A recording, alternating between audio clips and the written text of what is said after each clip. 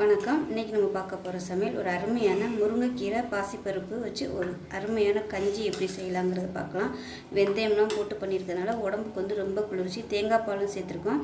வாய்ப்புண்ணு வயிற்று புண்ணுன்னா அல்சர் இருக்கிறவங்களாம் இது வந்து வாரத்தில் ஒரு 2 நாள் தாராளமாக எடுத்துக்கலாம். முருங்கைக்கீரை போட்டிருக்கறனால ரொம்ப ஆரோக்கியமாகவும் இருக்கும்.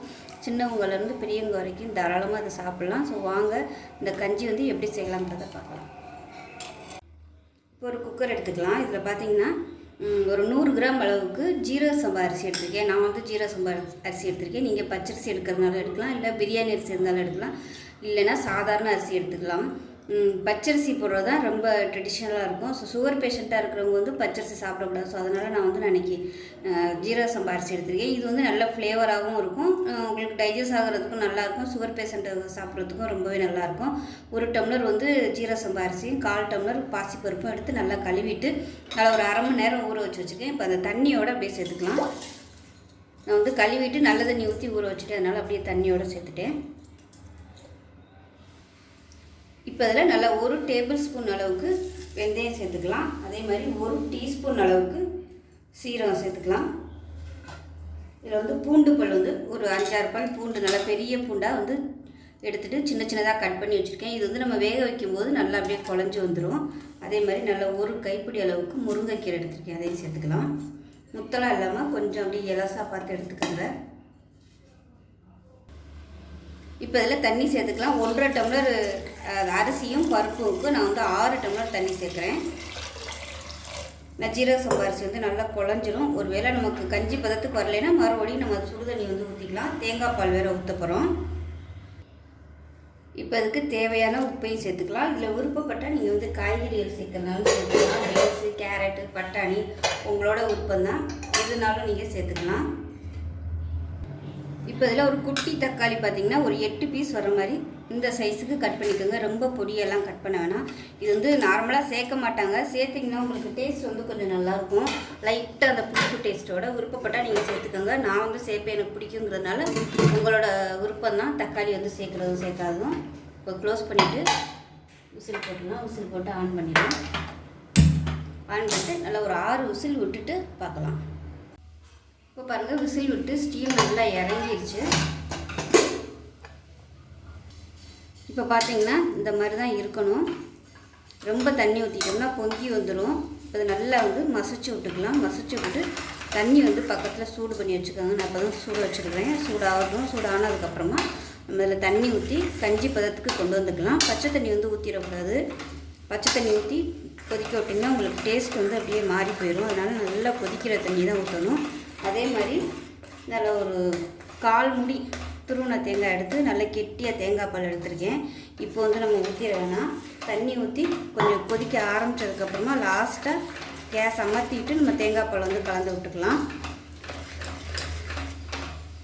ஒரு சிலர் தேங்காய் வந்து துருவியும் போடுவாங்க. நம்ம விசில் வைக்கிறதுக்கு முன்னாடி துருவின தேங்காய் வந்து நீங்கள் சேர்த்து அந்த மாதிரியும் பண்ணலாம். இப்படி தேங்காய் பால் வந்து கடைசியாக ஊற்றியும் பண்ணலாம். இந்த ஜீரக சம்பா அரிசிக்கு தேங்காய் ஃப்ளேவர், அதாவது தேங்காய் பால் ஊற்றணும்னா சூப்பராக இருக்கும் ஃப்ளேவரு. ஸோ உங்களோட விருப்பம் தான், எந்த அரிசி வேணாலும் நீங்கள் யூஸ் பண்ணிக்கலாம். இப்போ தண்ணி கொதிக்கட்டும்.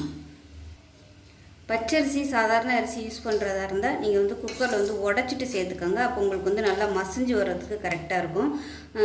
பாஸ்மதி அரிசி, ஜீரக சம்பா அரிசினா உங்களுக்கு அது ஈஸியாகவே குழஞ்சிடும். தண்ணி நிறையா விட்டு நம்ம வச்சோம்னாலே நல்லா குழைவாக வந்துடும். அதனால் அது வந்து உடைக்கணும்னு அவசியம் இல்லை. இப்போ பாருங்கள், நல்லா மசிச்சு விட்டுட்டு நல்லா அப்படியே மசிஞ்சிருச்சு வருங்க. அரிசி எல்லாமே நல்லா கரைஞ்சிருச்சு. இப்போ தண்ணி ஊற்றி கொதிக்க விடும்போதும் நல்லா அப்படியே கரைஞ்சிரும். பாருங்கள், அங்கங்கே அந்த தக்காளி தெரியும் போது நல்லா பார்க்குறதுக்கும் நல்லாயிருக்கும். அந்த லைட்டாக அந்த புளிப்பு டேஸ்ட்டோடு சாப்பிட்றதுக்கும் நமக்கு நல்லாயிருக்கும். இப்போ பாருங்கள், தண்ணி வந்து நல்லா சூடாகிடுச்சு. இப்போ இந்த தண்ணியை வந்து சேர்த்துக்கலாம். மொத்தமாக ஊற்றிடுவேன்னா பார்த்துட்டு சேர்த்துக்கலாம். சூடான தண்ணி சேர்க்கும்போது சீக்கிரமாகவே வந்து அது எல்லாமே மிக்ஸ் ஆகிரும். இதே நீங்கள் பச்சை தண்ணி ஊற்றுனீங்கன்னா சாதம் தனியாக தண்ணி தனியாக வந்துடும். அதனால தான் நல்லா கொதிக்க விட்டு தண்ணியை சேர்த்தோம்னா சீக்கிரமாகவே நல்லா சரியாயிடும். எல்லாம் ஒன்று சேர்ந்துக்கிறோம். இப்போ கேஸ் ஆன் பண்ணிக்கலாம். ஆன் பண்ணிட்டு கொஞ்சம் கொதி வரட்டும். ஒரு வேளை ரொம்ப கெட்டியாக இருந்துச்சுன்னா மிச்சம் இருக்கிற தண்ணியும் நம்ம சேர்த்துக்கலாம். இப்போ இந்த ஸ்டேஜில் உப்பு செக் பண்ணி பார்த்துட்டு உப்பு சேர்த்துக்கலாம். உப்பு வந்து கம்மியாக கம்மியாக தான் இருக்குது. அதனால் நான் 1 டேபிள் ஸ்பூன் கல் உப்பு சேர்த்துருக்கேன். எப்போயுமே கல் உப்பு சேர்த்துக்கோங்க, அதுதான் உடம்புக்கு நல்லது. பத்தலைன்னா நீங்கள் வந்து நைஸ் உப்பு சேர்த்துக்கலாம். இப்போ இது இன்னும் கொதிக்கணுங்கிறதுனால நான் வந்து இப்போ கல் உப்பு சேர்த்துருக்கேன். அது கரைஞ்சிரும் கொதிக்கையில். பாருங்கள், இப்போவே இன்னும் நல்லா கெட்டியாக இருக்குது. இது இன்னும் கொதிக்க ஆரம்பிக்கையில் இன்னும் கொஞ்சம் கெட்டியாக வரதுனால இன்னும் கொஞ்சம் தண்ணி சேர்த்துக்கலாம். இப்போ பாருங்கள், நல்லா கொதிக்க ஆரம்பிச்சிச்சு. இந்த ஸ்டேஜில் மிளகுத்தூள் சேர்த்துக்கலாம். காரம் வந்து நம்ம எதுவுமே சேர்க்கலை, அதனால் மிளகுத்தூள் சேர்த்துக்கலாம். இப்போ காரத்துக்கு தேவையான அளவு மிளகுத்தூள் சேர்த்துக்கலாம். நான் வந்து ஒரு 1/2 டேபிள் ஸ்பூன் சேர்த்துருக்கேன். இதில் வந்து விருப்பப்பட்டால் நீங்கள் வந்து கரம் மசாலா சேர்க்குறதுனாலும் சேர்த்துக்கலாம். இப்போ வந்து நான் கேஸ் அமர்த்திடுறேன். கலந்து விட்டுட்டு இது கொதிக்க ஆரம்பிக்கையில் கொஞ்சம் கவனமாக இருக்கணும், ஏன்னா அப்படியே முகத்தில் தெரிக்கும். பாருங்க, நம்ம போட்டு இந்த முருங்கைக்கீரையில் நல்லா மசிஞ்சிருச்சு. இப்போ கேஸ் அமர்த்திட்டு நம்ம எடுத்து வச்சுருக்க தேங்காய் பால் சேர்த்துக்கலாம்.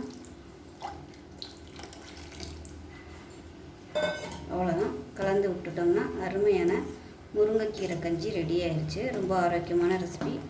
சொன்ன மாதிரி உங்களுக்கு மசாலா ஃப்ளேவர் பிடிக்கும்னா கரம் மசாலா யூஸ் பண்ணிக்கலாம். இதில் கொஞ்சம் புதினா இலை சேர்த்திங்கன்னா இன்னுமே நல்லா ஃப்ளேவராக இருக்கும். உங்களோட விருப்பம் தான், எது பிடிக்குமோ அதுக்கு தகுந்த மாதிரி நீங்கள் மாற்றிக்கலாம். மிளகுத்தூள் பிடிக்கலன்னா நீங்கள் அதுக்கு பதிலாக பச்சை மிளகா சேர்த்துக்கிறதுனாலும் சேர்த்துக்கலாம். ஒரே ஒரு பச்சை மிளகா இல்லை 2 காரத்துக்கு தகுந்த மாதிரி சேர்த்துக்கலாம். அவ்வளோதான், அருமையான கஞ்சி ரெடி ஆகிடுச்சு. இல்லை பருப்பு துவையல் ஊறுகாய் வச்சு சாப்பிட்டோம்னா அருமையாக இருக்கும். என்றைக்காவது ஒரு நாள் இது மாதிரி செய்யுங்க. எப்பயும் போல் நம்ம குழம்பு, கூட்டு, இட்லி, தோசைன்னு சாப்பிடாம ஒரு நாளைக்கு மசாலா இல்லாமல் காலையில் இதை வந்து பிரேக்ஃபாஸ்ட் எடுத்துக்கலாம், நைட்டு கூட எடுத்துக்கலாம். இதை வந்து அப்படியே சிறுதானியத்தில் பண்ணுறதுனாலும் பண்ணிக்கலாம். நான் இன்னொரு வீடியோவில் வந்து சிறுதானியத்தில் எப்படி இதே மாதிரி கஞ்சி செய்கிறதுங்கிறது காமிக்கிறேன். அது வந்து டயபிட்டிஸ், அதாவது சுகர் பேஷண்ட்டாக இருக்கிறவங்களுக்கு ரொம்பவே ஹெல்ப்ஃபுல்லாக இருக்கும். ஸோ அது வந்து நான் இன்னொரு தடவை நான் வீடியோவில் போஸ்ட் பண்ணுறேன். ஸோ இது மாதிரி செஞ்சு பாருங்கள். செஞ்சு பார்த்துட்டு எப்படி வந்துச்சுங்கிறத சொல்லுங்கள். வீடியோ பிடிச்சிச்சின்னா லைக் பண்ணுங்கள், கமெண்ட் பண்ணுங்கள், சேனலை சப்ஸ்கிரைப் பண்ணுங்கள், பக்கத்தில் உள்ள பெல் பட்டனை ப்ரெஸ் பண்ணுங்கள். நன்றி.